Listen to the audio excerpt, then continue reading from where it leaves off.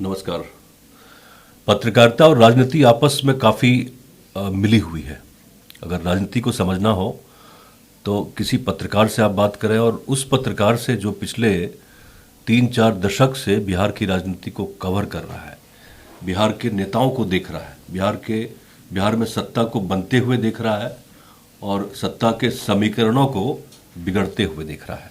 हमारे साथ के लाल जी हैं, कृष्ण कुमार लाल जी। पिछले 37 साल से पत्रकारिता करते रहे हैं।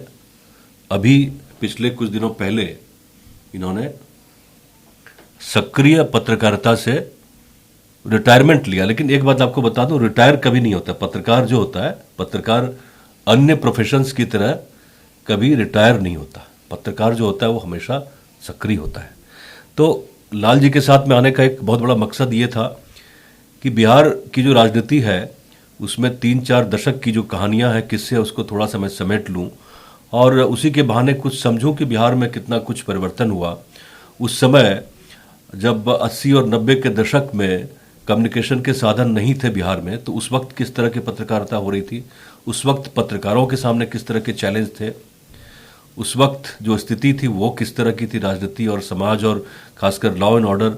और हम लोग लगातार पढ़ते रहे कि मतलब 90 का दशक तो ये रहा है, उसका आलम ये रहा है कि इतने दर्जनों की संख्या में नरसंहार हुए, मैसेकर्स हुए। तो बिहार ने सब कुछ देखा और लाल जी ने भी सब कुछ देखा नज़रों के सामने से कि बिहार किस तरह से, किन संक्रमण काल से, किन मुसीबतों से होकर गुजरा है। और आज जब 2025 में ये नई सरकार बनी है, अभी हम 2026 में हैं, बिहार कहाँ खड़ा है, इन सब कहानियों के बारे में हम चर्चा करना चाहते हैं। और सबसे पहले इनका स्वागत हम करते हैं। आपका बहुत बहुत स्वागत है कि आपने 36 साल, लगभग 36 साल आपने बिहार की पत्रकारिता में आपने डिवोट किया, आपने लगाया। हजारों लोगों से आप मिले होंगे, देखे होंगे, उनके काम करने का जो स्टाइल है वो सब कुछ देखा आपने। बिहार कुछ कितना बदला जो 1980-89 के आसपास में पत्रकारिता में आए, तो उस समय क्या चुनौतियां क्या थी पत्रकारों के सामने? नहीं, आप जिस समय की बात करें, पहले तो मैं आपके प्रति मैं धन्यवाद ज्ञापित करता हूं कि आपने मौका दिया हमें बोलने के लिए न्यूज़ 18 पे। इसके लिए थैंक यू वेरी मच।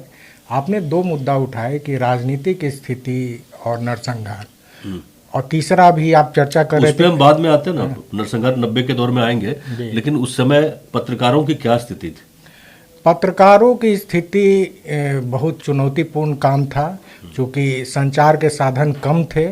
और उस समय याद है कि जैसे आज तो संचार के साधन काफ़ी है ना, ईमेल है, इंस्टाग्राम है, फेसबुक है और व्हाट्सएप है। और हर एक लोग जो हैं, लोग खुद कनेक्ट करते हैं लोगों से। जैसे कहीं कुछ हो रहा है, अगर आपको मुख्यमंत्री की गतिविधि जानना हो या पॉलिटिकल एक्टिविटी के बारे में जानना हो, तो वो लोग इजिली एक्सेसिबल है यहाँ पे। तो ये बहुत सहज हो गया आज की पत्रकारिता पहले के मुकाबले। पहले जो था संचार का साधन कम था। पहले हमें याद आ रहा है कि लोग आते थे दिन भर काम करके आए और शाम को न्यूज़ बनाते थे। और ये होता था कि टेलीप्रिंटर का दौर था। उस समय टेलीप्रिंटर होता था और हम आकाशवाणी में रहें तो उस समय UNI PTI का टेलीप्रिंटर होता था। उसको हम लोग देखते थे। खास तौर पे एक की ड्यूटी लगाई जाती थी कि वो टाइम टू टाइम वो चेक करते रहे और उसको बताया जाता था कि टेलीप्रिंटर में कैसे आ रहा है। जैसे अगर जोर आ रहा है तो उसको बताया कि कोई अगर न्यूज़ आइटम है जैसे नरसंहार, तो उसको बताया गया कि देखो ये पहला टेक है, फिर नरसंहार 2 आएगा, नरसंहार 3 आएगा। या मुख्यमंत्री शपथ है तो मुख्यमंत्री शपथ 1, 2, तो वो भी बताना होता था। और वो कागज ला करके देते थे, फिर उसके हिसाब से हम लोग अपना न्यूज़ डेस्क पे समझते थे कितना वेट है। हाँ, डेस्क पे देखते थे कि किस तरह से। आमतौर पे जो टेलीप्रिंटर से जो पेपर लाता था उसको भी न्यूज़ सेंस रहता था। ऐसा नहीं है कि वो न्यूज़ सेंस नहीं, वो उसके लिए जरूरी था। उसके लिए जरूरी था और अलर्ट रहता था कि अगर कभी कुछ आ रहा है तो जल्दी से माने आइटम लेकर के आए कि सर ये बहुत इम्पोर्टेंट है। तो ऐसा होता था कि उसका न्यूज़ सेंस था। तो एक ये होता था कि इंस्टेंट आपके पास न्यूज़ नहीं होता था उस वक्त। वही इंस्टेंट था तभी, उस समय वही इंस्टेंट था तभी। एजेंसी का बहुत दौर था, एजेंसी पे ही निर्भरता थी हम लोगों की। और हम लोग को ये भी याद है कि हर एक डिस्ट्रिक्ट में कॉरेस्पोंडेंट होते थे, तो कॉरेस्पोंडेंट जो होते थे जिसको कि हम लोग पार्ट टाइम कॉरेस्पोंडेंट करते थे, आज भी स्टिंगर है, स्टिंगर करते, तो वो लोग भी न्यूज़ जो भेजते थे वो भी टेलीग्राम करके भेजते थे। माने टेलीग्राम करें या फोन से इंटीमेट करते थे, फोन किए, डेस्क पे लोग नोट किया लिखते थे। कभी कभी उनको समझाना होता था कि न्यूज़ लंबा मत लिखवाओ, क्योंकि अगर एक ही डिस्ट्रिक्ट में अगर ज़्यादा समय लग जाएगा तो फिर दूसरे को मौका, बाकी जगह कवर नहीं हो पाएगा। तो उसको कहा जाता था कि 3-4 लाइन लिखो। बहुत ऐसे लोग होते थे। हम आपको मैं बता दूं, एक बड़ा रोचक घटना बताऊं। जैसे मधुबनी में एक हमारा कॉरेस्पॉन्डेंट थे, जी। तो वो क्या था कि वो लिख नहीं पाते थे, बोल भी नहीं पाते थे। तो फिर वो कह देते थे केवल कि जैसे फोन किए, बाढ़ आ गया तो बोल दिए कि 4 गांव डूब गया और आदमी के छाती के ऊपर पानी चल रहा आ गया है। तो इस तरह से वो कह देते थे और कहते थे आने जाने का साधन नहीं है। माने ये नहीं कहें कि सड़कें टूट गई, तो 1-2 पॉइंट बताते थे और उसका सेंस बनाना पड़ता माने उसका सेंस। केवल उनको हम लोग ये कहते थे कि ठीक है आप बताइए, जो भी आप समझ रहे हैं देख रहे हैं वो आप मुझे बताइए। तो बता देते थे, कुछ टूटी फूटी भाषा में जो ही बताते थे। यहाँ पे डेस्क पे हम लोग बनाते थे और अक्सर उनका न्यूज़ जब भी वो फोन करके बताते थे तो बड़ी खबर होती थी। अच्छा। और वो हेडलाइन होता था। और समाचार का जो रीजनल समाचार यहाँ का था 7:30 का न्यूज़ था, वो काफ़ी इम्पोर्टेंट था। हर एक पॉलिटिशियन सुनते थे और 7:30 के बुलेटिन से लोग अगले दिन की दिनचर्या फिक्स करते थे। जो रीजनल खबर होती थी 7:30 प्रादेशिक बुलेटिन, वो मैंने भी सुना है। हाँ, वो अगर मान लीजिए कि कभी कभी ये कह दे कि गलती से, माने हम लोग कहते थे कि शाम के 7:30 बजे और सुबह के 8:30 बजे, 8:30 बजे, जो कि बाद में पहले 8:30 बजे यहाँ होता था, शाम को 7:30 बजे होता था। जब रांची राज्य बना तो 8:30 की बुलेटिन रांची से प्रसारित होने लगा। तो ये था न्यूज़ का जलवा। माने वो तय करते थे, अगर मान लीजिए गलती से अगर सपोज करिए कि अगर ये हो जाए कि कल बिहार बंद तो बंद, तो ये इम्पैक्ट था। और हर एक जैसे राजनेता हो या समाज के सभी वर्ग के, जैसे कोई पर्व त्योहार हो, उसके लिए भी बहुत इम्पोर्टेंट होता था कि अगर आकाशवाणी क्या बोल रहा है उस पर गौर करते हैं, उस पर गौर करते थे। अगर ईद का हो तो चांद दिखा, उस समय और कोई साधन नहीं होता था, तो लोग शाम के न्यूज़ का इंतजार करते थे कि भाई ईद का चांद दिखा तो दिया, तो फिर ये हुआ। तो इस तरह 1990 के दशक में आता है। ये तो मीडिया की हमने बात की, ये समझना बहुत जरूरी था कि जर्नलिस्ट जो थे तभी कितने चैलेंजिंग दौर में काम करते थे। 1990 का दशक रहा, मतलब एक सामाजिक परिवर्तन के हिसाब से बहुत ज्यादा उद्वेलित हुआ समाज में जो ट्रांजिशन का फेज था। उसके पहले जो था 1990 के पहले कांग्रेस का मतलब काफी लंबा राज रहा बिहार में।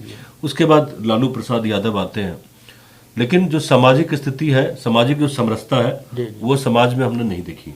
समाज में मुझे याद है 1990 में शायद मैं फर्स्ट पार्ट में था, उसके आसपास में भागलपुर में पढ़ाई करता था मैं। तो काफी कुछ सामाजिक स्तर पे काफी कुछ हो रहा था। बड़े बड़े मैसेकर्स हो रहे थे राज्य में, बड़े बड़े मैसेकर्स हो रहे थे। तो उसको कवर करना मतलब कितना डिफिकल्ट होता था कि अगर नरसंहार हो रहा है तो उसको लेके पत्रकारों का क्या अप्रोच होता था कि क्या करें उसमें। आम तौर पे ये होता था कि नरसंहार हो जाता था तो सुबह में खबर हम लोगों को मिलती थी। माने नरसंहार हो गया, और माने बहुत कम ही ऐसा था कि जो नरसंहार हो जाए तुरंत मॉर्निंग एडिशन में खबर आ जाए। आमतौर पे नरसंहार होने के बाद सुबह में खबर होती थी। क्योंकि अखबार भी जो था, अभी जैसे आप समझते कि 2:30 बजे तक का एडिशन होता है, वो नहीं, एडिशन भी बहुत पहले हो जाता था। मिडनाइट के बाद 10-11 बजे तक, 12 बजे के बाद सब अखबार का दफ्तर बंद, सारा चीज जा रहा है। और इतने एडिशन भी नहीं होते थे, अखबार नहीं होते थे मुझे। और उसके बाद जो है तो आमतौर पे अधिकांश नरसंहार की खबरें जब नरसंहार हो जाती थी तब अगले दिन तो अगले दिन सुबह जब खबर फैली तो सब लोग वहां गए और फिर जा करके वहां देखते थे।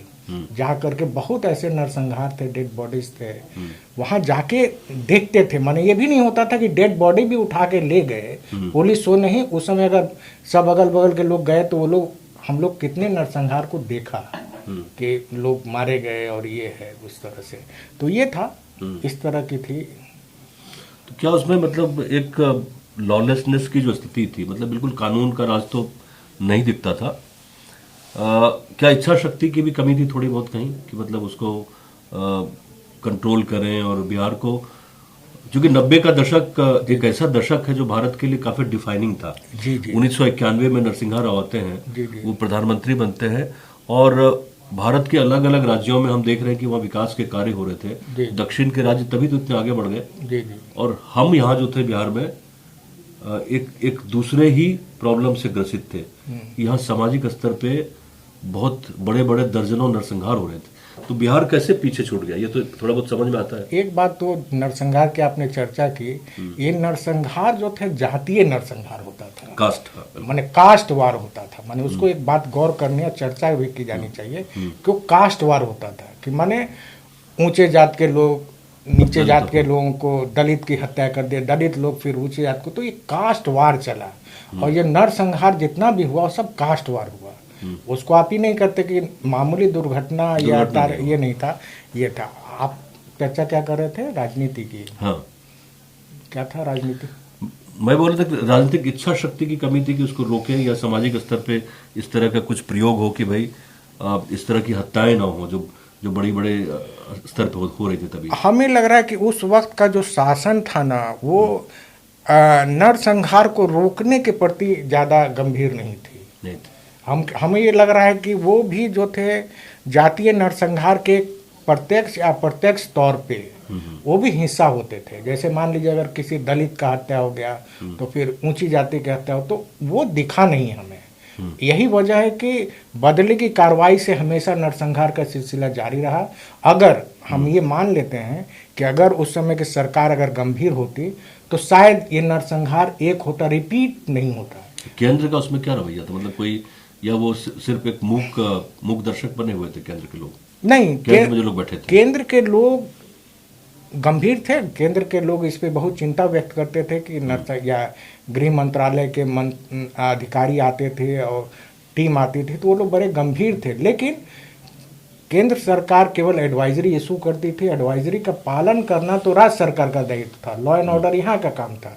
उस समय बहुत आलोचना होती थी कि बिहार जो है नरसंहारों का राज्य है, बहुत आलोचना होती थी। लेकिन वो राज्य सरकार को करना, लेकिन राज्य सरकार में जिसके पास शासन था उसको लॉ एंड ऑर्डर को कंट्रोल करना था। जातीय नरसंहार कैसे हो, आपसी विषमता इतनी थी, ऊंच नीच का या डेवलपमेंट का, तो वो भी एक इशू था। तो वो सरकार की जिम्मेदारी थी। आप इस बात से इनकार नहीं कर सकते हैं कि अगर सरकार की इच्छा शक्ति होती तो नरसंहार पे काबू पाया जा सकता था। ऐसा मुश्किल काम नहीं था। तो वही लोग काफी किताबों में पढ़ते कि गवर्नेंस को लेके चिंता नहीं थी, कि मतलब कि स्टेट में गवर्नेंस हो। हमें याद है कि 2005 से पहले, इसलिए क्योंकि वो एक ऐसा दौर था, इसलिए हम बार बार जी जी उसकी चर्चा कर लेते हैं। ये मतलब किसी पॉलिटिकल पार्टी या किसी व्यक्ति को लेके हम नहीं कह रहे हैं, लेकिन एक दौर ही वैसा था। सड़कों की स्थिति हम देखते हैं, है ना? बहुत कई बार, एक बार लालू जी का बड़ा फेमस सा वो चर्चा में रहता है कि सड़क अगर बढ़िया बन गई तो एक तो जो पैसे वाले वो उस पर गाड़ी चलाएंगे, गरीबों के पास तो गाड़ियां थी नहीं, है ना? और दूसरी बात ये थी कि अगर सड़कें अच्छा बन गई तो लूट के भाग जाएंगे लोग। सड़क के जरिए तो भागेंगे ना। जी जी। और जब सड़क नहीं रहेगी तो लोग कैसे भागेंगे? जी जी। ये तर्क होता था। हाँ, तर्क होता था। हाँ, ये तर्क होता था। जो उस दौर का शासन था, ये तर्क होता था कि सड़कें अगर अच्छी बन गई तो तुम कैसे पकड़ोगे, फिर मार के भाग जाएगा वो। जी जी। हाँ? मतलब उसका कोई जवाब नहीं होता था इसका, मतलब कोई, और उसमें रुचि भी नहीं थी ना। शासन प्रशासन की कभी रुचि नहीं रही कि राज्य में आधारभूत संरचना का निर्माण हो, न सड़कें बने। आप उस समय के दौर की चर्चा कर रहे हैं, आपको याद आता होगा कि बिजली आती थी, तो गाँव में शोर हो जाता था। शोर हो जाता था। हाँ, बिजली मतलब आई। जैसे वो क्रिकेट मैच जीतते हैं ना, हमें याद है। आपका जो है 24 घंटे में आप गौर करिए, पटना जैसे शहर में 20 घंटे 21 घंटे बिजली नहीं रहती थी। कभी आई, माने अगर आ गई तो लोग इतने उत्साहित हो जाते थे। आप जैसे भागलपुर या पूर्णिया, दरभंगा, इस सब की चर्चा करते हैं तो वहाँ तो बिजली के दर्शन नहीं होते। एक याद है मुझे थोड़ा सा लालू के शासन से पहले, तभी हम लोग गांव में पढ़ ही रहे थे, जी जी। स्कूल में ही पढ़ रहे थे। उसके पहले बिजली थी गांव में, हाँ उसके पहले बिजली गांव में थी उस, लेकिन एक दौर ये आया ना, मुझे लगता है कि जगन्नाथ मिश्रा जी का ही रूल था उस वक्त, कि सारी जो तारें थी वो काट ली गई थी। जी। याद है आपको ये? हाँ हाँ याद है। कि जो बिजली के तार थे वो काट लिए गए और लोग उस तार को बेचते थे। एल्युमिनियम वाला होता था, बीच में कॉपर भी होता था उसमें। जी जी जी। तो उसको लोग मार्केट में बेच लेते थे। पूरे स्टेट में ही ग्रामीण एरिया में तार कट गया, तो बिजली कहाँ से आएगी? बिल्कुल बिल्कुल। हैं? तो ये था, ये समस्या थी। हाँ, तो तार की चोरी भी व्यापक स्तर पे हुई हाँ, थी। बड़ी समस्या थी। बहुत समस्या थी। बाद में आपको याद होगा हम्म। कि उस समय के शासन में जो लोग रहते थे वो बोलते थे कि कॉपर तार क्यों लगाते हो, इसको चेंज करो, एल्युमिनियम लगाओ। तो बाद में किया ना ये, फिर बाद में एल्युमिनियम लगा, फिर एल्युमिनियम लगा तो उसका फिर हाई टेंशन और प्लास्टिक कोटेड वायर लगा। प्लास्टिक कोटेड, जिसका मार्केट में कोई प्राइस, कोई प्राइस नहीं, प्राइस बताइए नहीं था। बताइए, मतलब ये भी दौर देखा ये भी दौर देखा। माने बड़ा अजीब लगता है कि हम लोगों ने वो देखा देखा। कि कैसे तार चुरा के ले जाते थे, तार ले जा रहे हैं, उस तार को, तार की चोरी ना हो उसका उपाय किया जाता था। ये इसका उपाय कैसे, किया गया। तो इस तरह का दौर था। खैर अब तो अगर हम अभी जो पीढ़ी आ रही है उसको अगर ये बात कहें तो कभी विश्वास भी नहीं विश्वास करेंगे। नहीं बोलेंगे कि ये काल्पनिक बातें कह रहे हैं, हम आप चर्चा कर रहे हैं। चूंकि आपने वो दौर देखा है देखा और आपने, हमने झेला है, तो ये मुझे पता है। मैं थोड़ा सा बताऊं, उस वक्त लोगों में, ग्रामीण लोगों में इतना उत्साह था कि सरकार के मदद के बिना लोगों ने कई किलोमीटर तक का जो पोल होता है ना, पोल खड़ा कर लिया। जी जी जी। पोल खड़ा करके, रस्सा लगा के पोल खड़ा किए, मतलब गांव के लोगों ने वॉलंटरी मदद किया। जी जी। सरकार से पैसे नहीं लिए, पोल खड़ा करके 4-5 किलोमीटर लोगों ने तार उसको कनेक्ट करके गांव में बिजली ले आए लोग। जी जी। तो इस तरह का भी दौर और लोगों उस ने, समय देखते हुए ना, खंभा जो होता था हाँ। वो लकड़ी का खंभा होता था। तो कभी हम भी गांव गए अपने, तो हम पूछते थे कि भाई ये खंभा लकड़ी का क्यों होता है, तो बोला कि पता नहीं है, ये तो गांव के लोग सब मिल करके, खंभा याद होगा आपको? हाँ याद है, याद है। वो खंभा लगा करके उस पे तार करके खींच करके बिजली आती थी। तो वो एक समय था। फिर एक नीतीश जी का टाइम आया, मतलब एक मैं इसको बोलता हूँ कि बिहार के रीबिल्डिंग का काल आया, जी। पुनर्निर्माण। बिहार का मतलब बेसिक स्ट्रक्चर, मतलब उसको विकास मैं नहीं उसको कहूंगा, वो एक तरह से रीबिल्डिंग का काल था। कि मतलब सड़कें अगर 2 फीट 4 फीट नीचे गड्ढे में थी तो सड़कों को पहले तो प्लान ही किया गया। जी जी। साल भर याद है कि मिट्टी भराई का काम उसमें चलता रहा, जी जी। है ना। सड़कों पे जब बारिश होती थी तो उसमें गाड़ी फंस जाती थी, क्योंकि वो सड़क काफी नीचे चली गई थी। तो उसको मिट्टी भरना, फिर मिट्टी भर के उसमें रोलर चला के उसको साल भर छोड़ा। ये 2006 की बात कह रहा हूँ मैं, जी, जी। 2006 का, कि उसमें सड़कों को भर के धीरे धीरे 6-7 के बाद से फिर कहीं हमें दिखने लगा कि सड़कें बन रही हैं, सड़कें बन रही हैं। लोगों को गड्ढे में चलने की आदत थी। जी जी। और तभी एक खबर ये बड़ी हमने पढ़ी थी कि बिहार में एक्सीडेंट बढ़ गए थे। जी। याद है ये खबर? हाँ आपको? हाँ हाँ, पूरी हाँ? पूरी तरह याद है। क्योंकि लोगों को गाड़ी तेज चलाने की आदत नहीं थी। ना। लोग गड्ढों से बचते बचाते लोग पहुंचते थे। फिर अचानक जब सड़कें बनी, खासकर स्टेट हाईवेज, जी जी। स्टेट हाईवेज और ग्रामीण इलाकों को कनेक्ट करते हैं, तो लोग तेजी से चलाने लगे 50-60 में। तो उसमें लोग गिरते बड़े थे, उसमें एक्सीडेंट बहुत होता था। लोगों को कहा कि भाई बहुत सालों से लोगों ने गाड़ी तेज नहीं चलाई है, लोगों को आदत नहीं है वही 5 किलोमीटर जाने में 1 घंटा लग जाए। तो वो भी बदलाव हमने देखा। तो इसके लिए मुझे लगता है कि नीतीश कुमार को क्रेडिट देना चाहिए कि पूरा जो काल रहा 2005 से 10 के बीच में, उसमें नीतीश ने कुछ किया बिहार के लिए। हमें याद है कि जब नीतीश कुमार 2005 में इलेक्शन लड़ रहे थे, तो इलेक्शन लड़ रहे थे तो हम एयरपोर्ट पे थे, कैंपेनिंग जा रहा था। मैं थोड़ा सा पृष्ठभूमि बता देना चाहता हूँ। तो हम वहाँ चुके थे, तो सेंट्रल के कोई मिनिस्टर आ रहे थे, तो उसके लिए हम एयरपोर्ट पे थे। और हैंगर होता था उस वक्त, स्टेट हैंगर था, जिस तरह से अभी एयरपोर्ट है वही। वहाँ पे हेलीकॉप्टर आते थे, वहीं पे सारे लोग आते थे। तो हमें नीतीश जी से मुलाकात हुई, तो वो पहले पूछे कि अरे आप यहाँ कहाँ। तो फिर हम बताए कि भाई अभी मंत्री आने वाले। अच्छा अच्छा अच्छा। अब तब वो हमें इशारा किए कि चलिए कैंपेनिंग में। तो हम बोले नहीं सर, अभी अब आने लगे। तो फिर वो जब जाने लगे तो हमने उनको बोला सर आपको मुबारक दे रहा हूँ, कॉन्ग्रेचुलेशन। तो तुरंत पलट के आए माने वो जा रहे थे, हेलीकॉप्टर चल रहे, तुरंत आए, बोले किस बात की मुबारकबाद आप दे रहे हैं? हम बोले सर अगली सप्ताह आप ही को मिलने वाली है, उस वक्त शायद आपसे मुलाकात ना हो मेरी, इसलिए मैं मुबारकबाद दे रहा हूँ। तो वो बोले कि ऐसा है कि आपके मुंह में घी शक्कर हो। तो हमने बोला सर घी शक्कर और मिठाई की बातें छोड़िए, आप सर हमें एक प्रॉमिस करिए, सरकार तो आपकी आ रही है सर, आप शपथ ग्रहण करेंगे, तो शपथ ग्रहण करेंगे तो सबसे पहले सर आप आकाशवाणी आइए, मेरे स्टूडियो में आइए, हम आपका इंटरव्यू लेंगे। आपको इंटरव्यू हुआ था? मैं आपको याद दिलाना चाहूँगा, नीतीश कुमार ने उस वक्त कहा कि देखिए it is between you and me only, मैं आऊँगा, मैं निश्चित आऊँगा, आपको कहने की जरूरत नहीं है, आप तैयारी करके रखिएगा। अच्छा, माने वचन के पक्के थे? नहीं, ये मैं बता रहा हूँ। तो वो तैयारी करके रखिएगा। खैर पहली बार सत्ता आई, जबरदस्त मेजोरिटी आया, गांधी मैदान में शपथ ग्रहण हुआ था। चूंकि हमें याद था, हम गांधी मैदान गए नहीं थे, चूंकि शपथ ग्रहण के बाद तुरंत उनको आना था, तो हमने यहाँ तैयारी कर ली थी। आमने सामने तो है, आमने सामने था। तो हमने बुके वुके बाकी जो होता है तैयारी कर ली।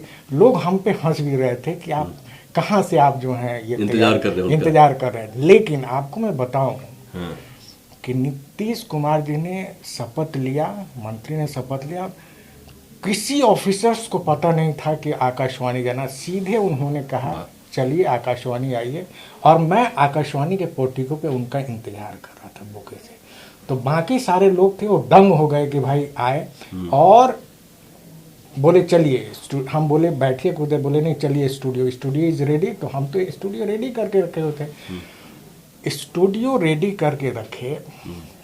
ये मैं इसलिए पृष्ठभूमि बता दिया नीतीश कुमार को, मैंने पहला सवाल पूछा कि सर आज बिहार की जनता जो है दो चीजों से बुरी तरह से त्रस्त है, तो एक बिजली, दूसरा है सड़क। तो नीतीश जी ने कहा कि मैं पहले, आपने कहा कि ये त्रस्त है, मैं सबसे पहले बिजली की व्यवस्था को दुरुस्त करूंगा, और हर एक जगह बिजली पहुंचेगी 24 घंटे, 20 से 24 घंटे के बीच, और सड़क। तो हमें याद है कि उन्होंने शपथ जैसे ही लिया वैसे ही उन्होंने एक संकल्प लिया कि बिजली और सड़क की व्यवस्था। और मुझे आज बताते हुए बहुत खुशी हो रही कि मुझे अभी भी आपने जो बिजली और सड़क की चर्चा की, तो हमें नीतीश जी की वो बात याद आ गई कि देखिए उन्होंने संकल्प लिया और उन्होंने बताया कि कैसे कहीं कोई ग्रिड नहीं था, कोई ट्रांसमीटर नहीं था, आपका जो है एनटीपीसी तो बाद में आया, एनटीपीसी बहुत बाद में आया, बहुत जगह पावर, वही हमको समझाए थे कि देखिए हम लोग जो बिजली ले रहे हैं उसको ग्रिड के जरिए डिस्ट्रीब्यूट होना चाहिए था। ग्रिड बिहार में नहीं है, बिजली आएगी कहाँ से? तो ग्रिड लिए, ट्रांसफार्मर कैसे लगेगा, फिर बिजली के तार की चोरी होती, तो ये इन्होंने पहला प्रायोरिटी किया बिजली का। और धीरे धीरे कहें कि अभी पूरा तो नहीं होगा, 5 घंटा हुआ, 10 घंटा हुआ, 12 घंटा, ग्रेजुअली होते होते उन्होंने शुरुआती दौर में जो फर्स्ट टेन्योर है वो हमें याद है वो 20-22 घंटे तक ले गए थे शहरी इलाकों में। और उनकी प्रायोरिटी थी कि ग्रामीण इलाकों में भी बिजली पहुंचे। ग्रामीण इलाकों में बिजली पहुंचाने के लिए उन्होंने युद्ध स्तर पे प्रयास किया, मोटर लगाए। माने इसमें बिजली मुझे लगता है 7-8 के आसपास में ग्रामीण इलाकों में 7-8 माने शुरुआती दौर में। तो ये मुझे कहने में ये नहीं कि मैं उनकी प्रशंसा करूं, जो हुआ उसकी बात हुआ, वो सामने है। सड़कें आज आप समझिए कि अगर पटना से मुजफ्फरपुर जाते थे तो बस की रफ्तार ऐसी होती है, उसकी कल्पना मत करें। और वो समझिए सड़क कहाँ है, गड्ढा कहाँ है, कुछ पता नहीं, और बस कब पलट जाए वो भी नहीं कुछ कर सकते।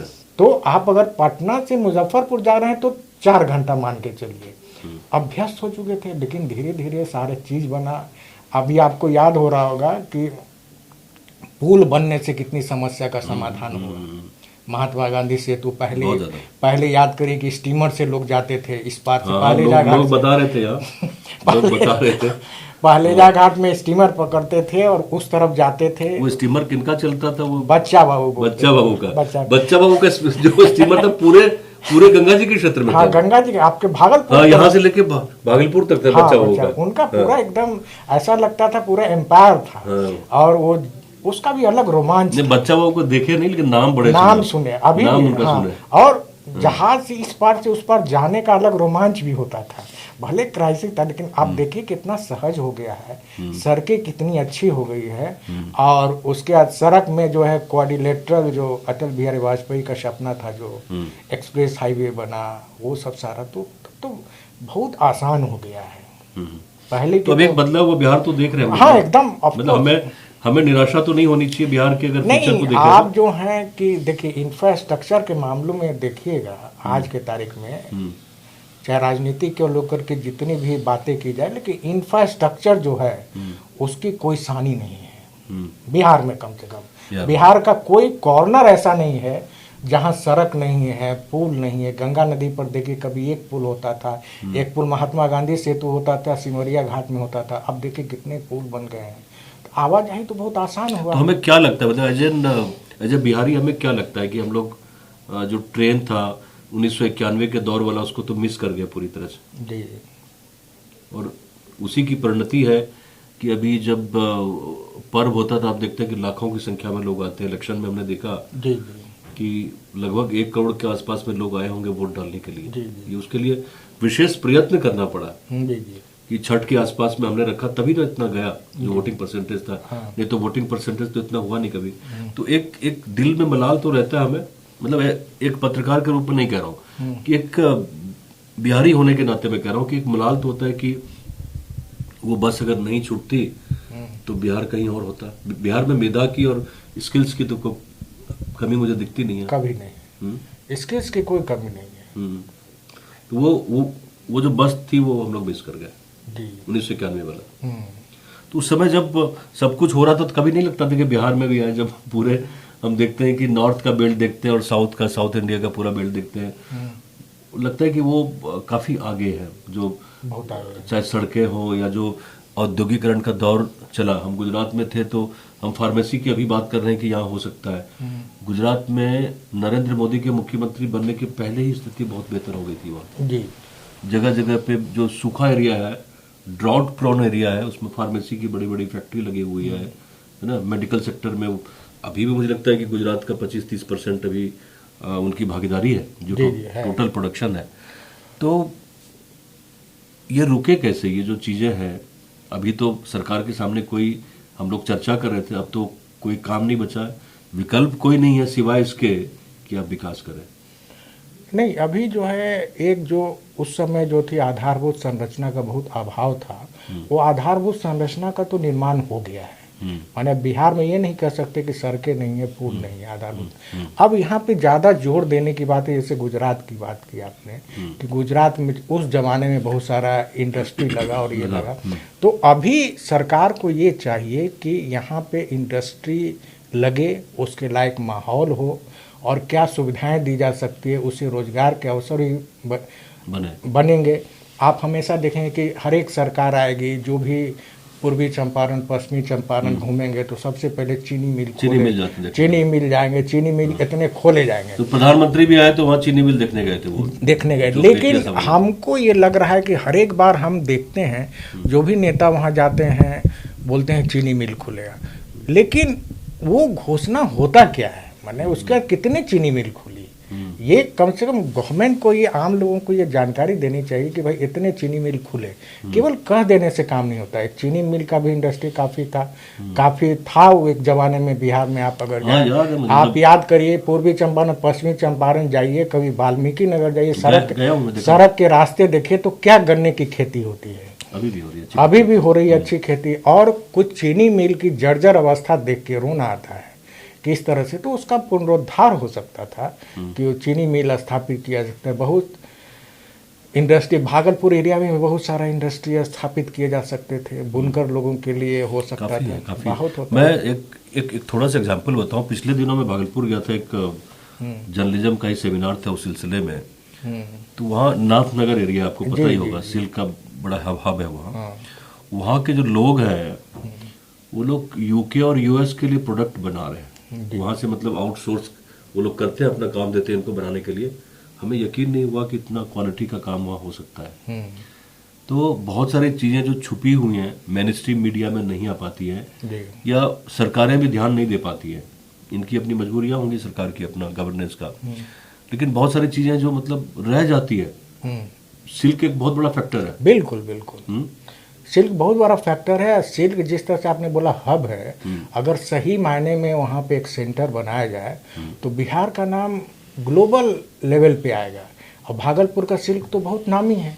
दूसरी आप देखिए ना, आज जो है मखाना बोर्ड का गठन किया गया है। उत्तरी बिहार जितना वाटर लॉगिंग एरिया बिहार में है, जो मखाना उत्पादन के लिए बड़ा फेवरेबल कंडीशन है, तो उसके लिए तो बहुत पहले कदम उठाया जाना चाहिए। बिल्कुल। और मखाना का मार्केट में क्या रेट है और उसके मजदूर को क्या मिल रहा है, कितनी असमानता है, डिफरेंसेस काफ़ी है। अगर आप उसको प्रमोट करिए तो मखाना के क्षेत्र में आप देखिए, मछली पालन के क्षेत्र में आज बिहार में, मछली पालन में तो गेन किया है बिहार, गेन किया है, लेकिन जितना होना चाहिए उतना नहीं हो पा रहा है। अभी बिहार में आंध्रा की मछली आ रही है।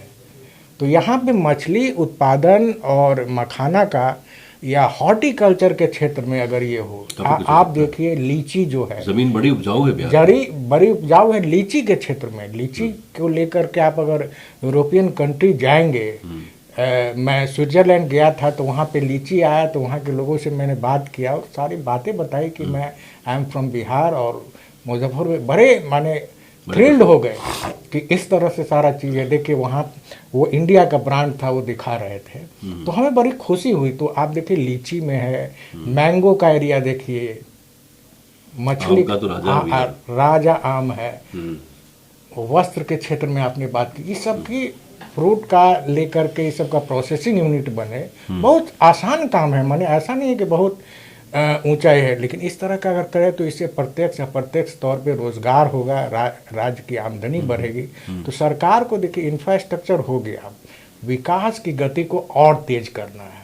और जैसे अभी अब नीतीश कुमार ही बोलते हैं कि हम लोगों को रोजगार देंगे बड़े पैमाने पर, तो उसके क्षेत्र में जब तक उद्योग को स्ट्रीमलाइन नहीं किया जाएगा, इंडस्ट्री को नहीं किया जाएगा, तब तक हमें नहीं लगता है कि बिहार में विकास की गति तेज होगी।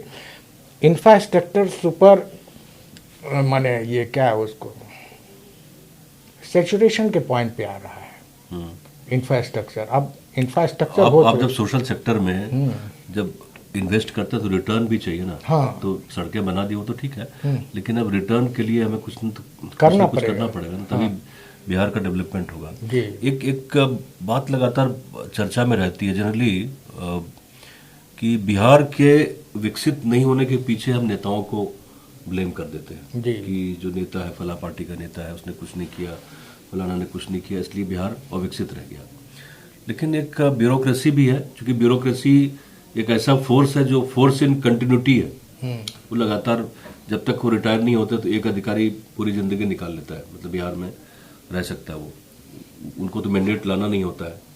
तो ब्यूरोक्रेसी को अगर देखें, दूसरे स्टेट से कंपेयर करें, तो वो कितनी एक्टिव रही है या उनका कितना रोल रहा है बिहार में अगर बात करें, तो खाली नेताओं को ब्लेम करके ये तो चलेगा नहीं ना। नहीं, आपने ब्यूरोक्रेसी की बात की ना, देखिए राजनेता और ब्यूरोक्रेसी दोनों का इंटरलिंक है दोनों। अगर मान लीजिए पॉलिटिशियन अगर सही मायने में अगर चाहते हैं विकास, तो ब्यूरोक्रेसी को भी कॉपरेट करना होगा, ब्यूरोक्रेसी का रोल भी इफेक्टिव होना चाहिए। आपको मैं अगर ब्यूरोक्रेसी की बात की तो मैं एक बात की चर्चा करूंगा कि आप ये हमेशा देखिए कि मेट्रो का काम बड़ा तेज होता है। हमें एक बार जानने की इच्छा थी, दिल्ली मेट्रो में दिल्ली के बड़े अधिकारी थे, तो हमने पूछा कि ये बताइए कि एक मामूली सा काम अगर करते हैं हम, तो इसमें बड़े सारे हर्डल्स होते हैं, आप लोग इतना बड़ा बड़ा प्रोजेक्ट कैसे बना लेते हैं? तो बोले कि देखो ऐसा है कि उसके बारे में बताया कि जैसे मेट्रो का अगर प्रोजेक्ट चलेगा तो मेट्रो का जहाँ ऑफिस है वहाँ वो परियोजना से संबंधित और जो विभाग से संबंधित लोग हैं वो सब लोग वहीं रहेंगे। अब ये नहीं कि अगर मान लो एनवायरनमेंट का क्लियरेंस लेना है तो फाइल जाएगी एनवायरनमेंट डिपार्टमेंट में, फिर नीचे से जाएगी ऊपर तक क्लियर होगा। सोने वहाँ बिहार सरकार या राज्य सरकार से बात कर ली गई कि आपके जो रिस्पॉन्सिबल ऑफिसर हैं जो मेरे चीज़ को क्विक डिस्पोजल करेंगे, उसका एक वहाँ पे डिप्यूट हो जाते हैं, डिप्यूट हो वहीं जाते वहीं रहते हैं कि अगर कोई फाइल गई तो तुरंत गया आकर के होके, कहीं बिजली विभाग हुआ, सड़क हुआ या कोई योजना हुआ। हमें ये लग रहा है कि आपको अगर कोई चीज़ को, अगर कोई योजना को अगर ये करना है तो उसके लिए टास्क फोर्स बनाना होगा और ऑफिसर की टीम बनानी होगी कि टारगेट दे करके ये हमें करना है। उस तरह से अगर ये कह देंगे कि ये करे तो फिर वो तो लाल फीताशाही में हो जाएगा, जो तो होगा नहीं कभी। इफ बर्ड्स में सारा फाइल ऊपर जाएगा। आप अभी आप देखिए, एक बात की मैं चर्चा करना, जैसे मुख्यमंत्री की सोमवार और शुक्रवार को आज से योजना शुरू की है कि लोगों से मिलने की। ये बहुत अच्छी योजना है।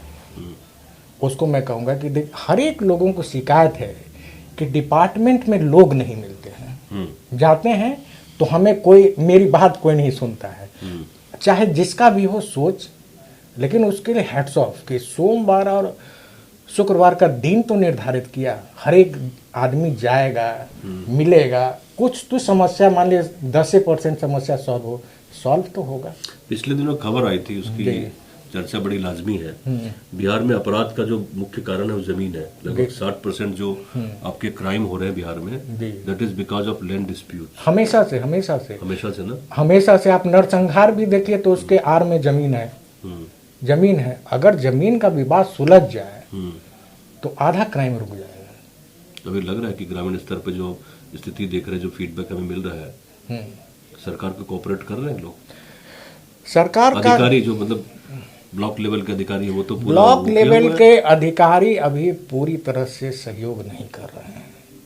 क्योंकि अभी भी अगर आप जाएंगे नमूने के तौर पे किसी दफ्तर में जाएं या किसी ब्लॉक में जाएं, अनजान बन के जाएं, अपना परिचय दे के न जाएं, तब आपको पता चलेगा कि समस्याएं सुलझी की उलझी है या ज्यों पानी पिला देगा वो। पानी पिला देगा। एक जो है जमीन का पर्ची कटाने में वो कर्मचारी जो होता है, इतने पावरफुल होते हैं कर्मचारी अपने अंडर में 10 कर्मचारी रखता है। स्थिति ये है कि अगर कोर्ट से भी आप ले आए ना कि ये जमीन आपकी है, तो उसको ऑनलाइन करना होता है। डेटा को जी तो डेटा को ऑनलाइन करने के लिए भी कुछ न कुछ हाथ उनका गर्म करिए जी।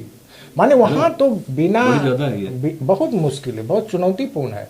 आप अगर ये समझ रहे हैं कि ये हो जाए, अभी जो मंत्री हैं या उप मुख्यमंत्री हैं वो एक मुहिम स्टार्ट की है विजय सिंह, लेकिन उसका नेक्सस इस कदर है कि उसको लेकर रिजेंटमेंट उनके खिलाफ में प्रदर्शन हुआ, उनके खिलाफ प्रदर्शन हो जाएगा। तो आप ये अंदाज लगा लीजिए कि कोई आदमी अगर व्यवस्था को सुधारना चाहता है तो उसके खिलाफ ही प्रदर्शन कर लो। ये अलग बहस का बिंदु है कि उनके माने सुधारने का स्टाइल अलग या प्रदर्शन किस बात को लेके वो नहीं। अरे भाई काम करना है तो करो। तो उसमें प्रदर्शन का क्या सवाल, आपको जो काम है करिए। आज अभी देखिए कि कितने कर्मचारी ट्रैप हो रहे हैं, सीईओ ट्रैप हो रहे हैं।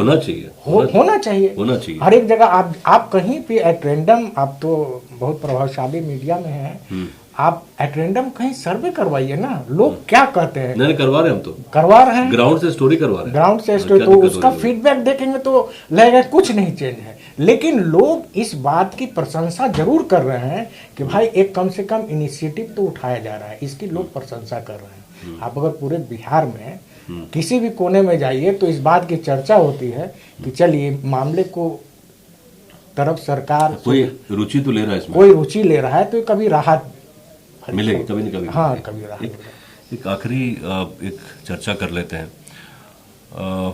नीतीश जी बिल्कुल 70s के उसमें दशक में, 70 के दशक में अपनी जिंदगी के, और एक बड़ा उनका कार्यकाल रहा। बीच में याद होगा कि 22 के आसपास में जब आरजेडी के साथ इनकी सरकार चल रही थी तो बीजेपी और संघ को लोग लगे हुए थे कि नीतीश जी को ले आना है, साथ में ले आना है। तो एक संघ के बड़े कार्यकर्ता ने बताया कि नीतीश को लेके उनके मन में कोई वो नहीं रहता कभी, और खासकर बिकॉज कि उनका अपना जो पर्सनल एक इमेज है ना, वो भ्रष्ट वाला इमेज नहीं रहा कभी, साफ सुथरी छवि। हाँ, साफ सुथरी छवि रही, इसलिए वो स्वीकार्य होते हैं, उधर भी स्वीकार्य होते हैं, इधर भी स्वीकार्य होते हैं। अभी सरकार चल रही है, लेकिन अब स्थिति ये हो गई है कि पार्टी के अंदर में ही एक प्रयास चल रहा है कि भाई कोई विकल्प तो हो।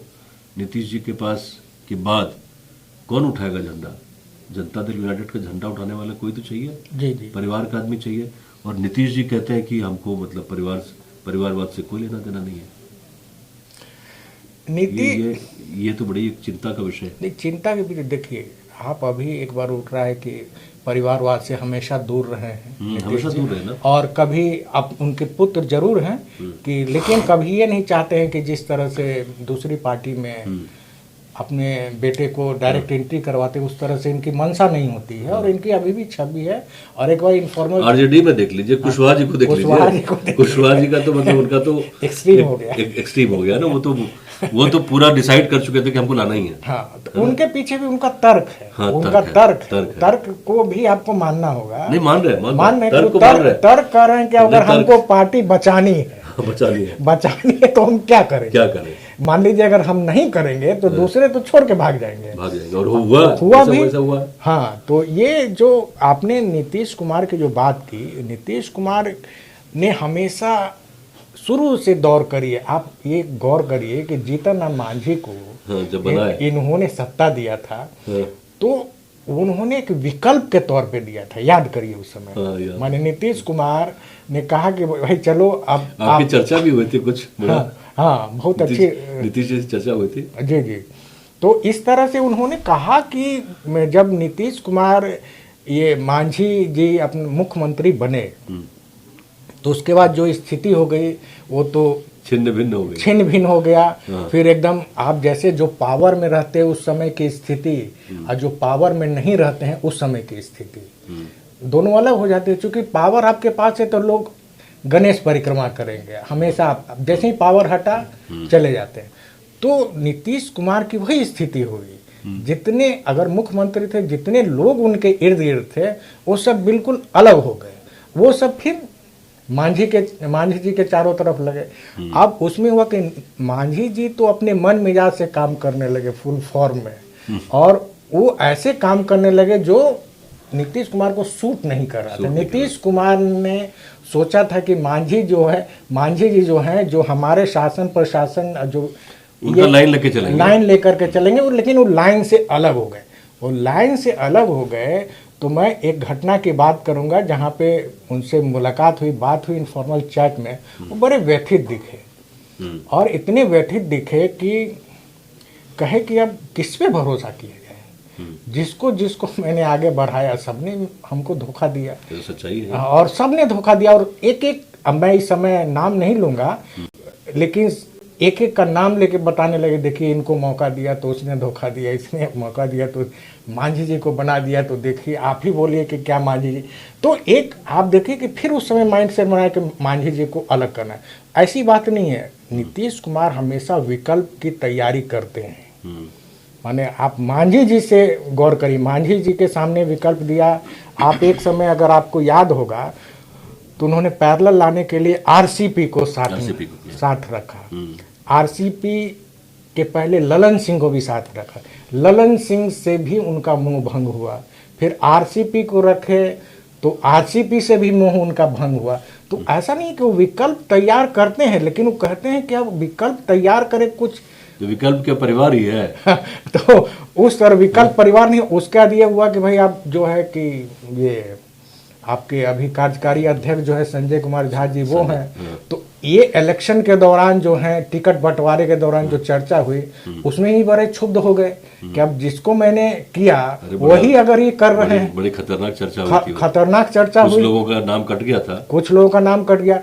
तो अब हम आपको बता रहे हैं, ये मुझे उनसे नहीं हुए, लेकिन हमें जो पता चला वो भी बड़े झटका लगा उनको, नीतीश कुमार को। तो ऐसा नहीं है कि नीतीश कुमार विकल्प बनाने की हमेशा कोशिश करते हैं, लेकिन वो आदमी तो वंशावली नहीं बढ़ाया, वो वंशावली नहीं बढ़ा, वंशावली में रुचि नहीं है। वंशावली में रुचि नहीं है। हाँ, लेकिन जिस आदमी को भरोसा करते हैं वो उसके लायक नहीं होता। तो अब इसको आप बिहार में लागू हुई कहावत की blood is thicker than water. जी है ना, ब्लड जो है वो गाढ़ा होता है। हाँ, तो इस समय हम नीतीश कुमार का कैरियर देखेंगे तो हमेशा एक आदमी को एकदम लगे कि वो मेरा सब्स्टिट्यूट बने, लेकिन वो अभी कुछ दिख रहा है। मतलब कोई तो मतलब अगले साल हो, उसके अगले साल हो, मतलब कुछ तो मतलब एक स्वरूप तो दिखना चाहिए ना कहीं। अभी तो फिलहाल हमें लग नहीं रहा है कि अभी कोई विकल्प है, लेकिन ऐसा नहीं लग रहा है कि नीतीश कुमार के दिमाग में ये बातें नहीं होगी। नीतीश कुमार के दिमाग में जरूर बातें होंगी कि विकल्प तैयार करना है, लेकिन अब वो क्या है वो तो आने वाला समय बताएगा। लेकिन जहाँ तक पुत्र को लेकर के जो बातें होती है, हमको नहीं लगता है कि नीतीश कुमार जो है अपने पुत्र को नहीं, वो नहीं, वो देंगे, क्योंकि वो हमेशा ही मामले में साफ सुथरी चल, अगर देना होता तो काफी पहले दे दिए होते। तो तरह तरह के पार्टी में बाहर में ये बात है, लेकिन हमें नहीं लगता है कि वो, लेकिन वो विकल्प के बारे में जरूर सोच रहे नीतीश जी को हम लोग कैसे याद करेंगे? बड़ा सोच के बड़ा परेशान हो जाता हूँ, मतलब कैसे नहीं। याद करेंगे? आप तो नीतीश कुमार को दो तरह से याद कर सकते हैं, एक तो विकास पुरुष, और दूसरा है कि गुड गवर्नेंस को लेकर के भी याद करेंगे, जिसको लेकर के हमेशा सुशासन बाबू के रूप में भी जाने जाते हैं। तो विकास पुरुष और सुशासन बाबू के रूप में आप नीतीश कुमार को जरूर याद करेंगे। मतलब महानतम नेताओं में से एक होंगे बिहार के। हाँ, विकास को लेकर, मतलब मॉडर्न बिहार की बात करें। हाँ, माने बिहार को मॉडर्न बनाने में इनकी अहम भूमिका रही है, इस बात को कोई इनकार नहीं कर सकता है। हम कह रहे पूरे देश में भी कोई नहीं, ओपोजिशन भी नहीं इनकार कर सकता है कि विकास नहीं हुआ। आपको देख रहे हैं ना, जिस की दौर की हम लोग बात कर रहे थे, वो लोग भी तो आज के बिहार को देख रहे हैं ना कि बिहार में क्या हो रहा है। तो कैसे झुठला सकते हैं हम? निश्चित तौर पे तो ये एक तरह से संक्रमण का काल है बिहार की राजनीति में। भले ही जो एनडीए को जो जनमत हासिल हुआ है, बहुत जबरदस्त जनमत है, लेकिन मुझे लगता है कि सतह के नीचे जो हमें दिख नहीं रहा है, एक बदलाव का काल तो है। हाँ, संक्रमण का काल है जी, बेहतरी के लिए, बिहार की बेहतरी के लिए। जी। एक संक्रमण का काल है, जिसके लिए मुझे लगता है कि हमें और कुछ साल और इंतजार और करना हमेशा पड़ेगा। आपको ये भी मैं एक बात की चर्चा करना चाहूँगा कि लोग जो है सत्ता के प्रति सत्ता लोलुप के बारे में कर सकते हैं, तो हमको ये कहने में कहीं झिझक नहीं है कि जैसे नीतीश कुमार को आप सत्ता लोलुप नहीं कह सकते हैं। इसलिए नहीं कर सकते कि इसके पहले भी माइनॉरिटी में गवर्नमेंट थी, माइनॉरिटी में उनकी पार्टी के सदस्यों की संख्या थे, बीजेपी की संख्या ज़्यादा था। हमें याद है कि नीतीश कुमार मुख्यमंत्री बनने के लिए वो तैयार नहीं थे। बीजेपी के आला कमान ने उनको दबाव दिया, तब वो बने। पिछली बार तो बोले भी कई बार पब्लिक प्लेटफॉर्म पे ही बोले कि हम तैयार नहीं थे।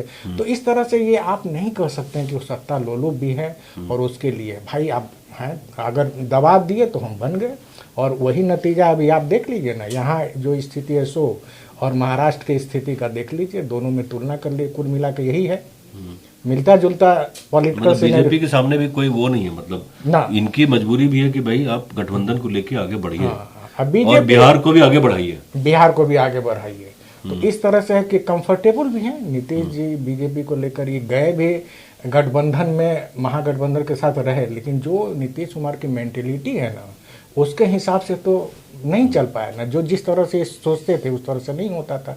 कई बार इनडायरेक्टली रूप में ही बोले तो अंतिम में, इसलिए आप देखे होंगे कि इलेक्शन कैंपेन के दौरान बार बार कहें कि हम गए, और वो नेता का नाम भी लेते थे कि यहीं पर बैठे हुए यही बैठे हुए हैं। बोलने में भी झिझक नहीं, झिझक नहीं कि भाई ऊँच चल गए, लेकिन अब मैं नहीं जाऊंगा। तो ये तो अंदर की मानसिकता बताती। भले लोग अभी उनके काम करने के अंदाज को लेके, बोलने के अंदाज को लेके तरह तरह के विश्लेषण या व्याख्या करें, लेकिन है अभी भी माइंडसेट। अगर अभी कुछ कुछ कामों में देखेंगे तो अद्भुत लगेगा। सुबह निकल जाते हैं 4-5 बजे, सुबह निकल जाते हैं काम, हर एक विभाग का काम देखते हैं, दौड़ जाते हैं, बहुत बड़ी बात। बड़ी अच्छी चर्चा रही लाल साहब। और बिहार का जो देखा, जो विकास यात्रा हमने देखी, मतलब 1990 के पहले से लेके अभी तक की जो विकास यात्रा है, उसके हम लोग गवाह रहे हैं। मतलब बिल्कुल हमने देखा, अपनी आंखों से देखा बदलते हुए। आप तो ज्यादा बिहार ही रहे, मैं तो थोड़ा बिहार से बाहर भी रहा, बिहार से बाहर अन्य राज्यों में प्रोफेशनल वजहों से जाना पड़ा, लेकिन एक बिहार को एक बेहतर स्थिति में हम देख रहे हैं। हाँ, इसमें कहीं पे कोई, और लगातार मतलब जितनी बार चर्चा हुई, बिहार में एक टेक ऑफ करने के स्टेज में बिहार को देख पा रहे हैं हम लोग। जहां तक आधारभूत संरचना की बात है, तो किसी भी अन्य स्टेट से इसका कंपेयर हम कर सकते हैं, लेकिन बहुत ज्यादा फोकस करने की जरूरत है बिहार को अगर वापस आपको आगे बढ़ाना है, विकासशील और विकसित राज्य से अगर विकसित राज्य की श्रेणी में लाना है बिहार को, तो मुझे लगता है कि पॉलिटिकल बॉसेस को और ब्यूरोक्रेसी को मिलके चलना होगा, और नेक्स्ट स्टेज में बिहार और अभी का जो समय है वो बड़ा फेवरेबल समय है। मैं कहूँगा कि सेंटर का भी कॉपरेशन जबरदस्त है। बिल्कुल। अभी जो आप बोले ना कि टेक ऑफ करना चाहिए, तो अगर इस समय अगर बिहार इस मौके को चूक गई तो फिर हाथ आएगा कि नहीं आएगा वो कह नहीं सकते। अभी आप जो भी कह रहे हैं सेंट्रल गवर्नमेंट पूरा कर दे रही है। आप ब्यूरोक्रेसी को थोड़ा सा स्ट्रीमलाइन करिए, और जैसे तो फिर निश्चित तौर पे ये होगा। चलिए, बहुत बहुत धन्यवाद आपका। बहुत बहुत धन्यवाद, आपने मौका दिया। और आगे की यात्रा भी इसी तरह से सक्रिय रहिए राजनीति में जी और राजनीतिक पत्रकारिता में, है ना। और जो नई पीढ़ी के लोग हैं उनको गाइड करते रहिए इसी तरह से। बहुत बहुत शुक्रिया। जो लोग भी जुड़े हुए थे इस वेबकास्ट में, बहुत शुक्रिया। नमस्कार। Thank you.